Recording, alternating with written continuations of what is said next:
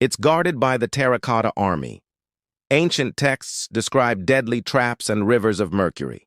And despite modern technology, no one has opened the tomb of China's first emperor.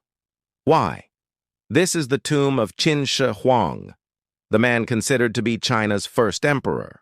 He ruled from 221 to 210 BC, and during his reign he standardized weights and measures, invented a writing system, and most notably, he connected a bunch of small states into one massive empire.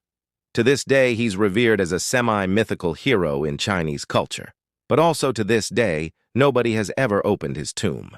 And that's because, according to historical records, it's booby-trapped with deadly crossbows and filled with rivers of mercury. If that's not enough to put you off, then I don't know what is. But before we get into why no one dares disturb the Emperor's final resting place, take a moment to like this video and subscribe for more. It really helps us out. Thanks for doing that. Now back to the video. Emperor Qin Shi Huang was laid to rest over 2,000 years ago in a vast underground mausoleum near the city of Xi'an. It was such a huge undertaking that it took over 7,000 workers 30 years to complete. The entire complex is almost a kilometer wide, and it contains the emperor's tomb and an army of life-size terracotta soldiers. So far, only the surrounding army has been excavated.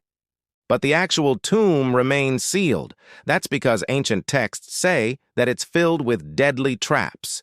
And those aren't the kind of traps that you can disarm with a bit of TNT and a flamethrower like Indiana Jones. No, these traps were designed to protect the tomb forever. For example, one ancient text called the Records of the Grand Historian describes how the emperor's tomb was filled with mercury.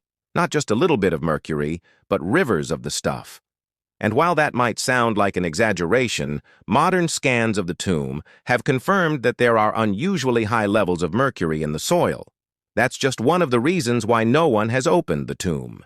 Another reason is that it would take years to excavate the site, and no one wants to risk disturbing the emperor's final resting place. After all, we don't know what kind of treasures or artifacts are in there.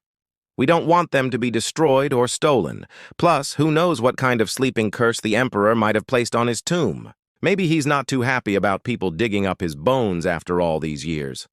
In the end, it's probably best to leave the emperor and his terracotta army alone. They're better off as a mystery, a sleeping giant of history that will hopefully stay buried forever.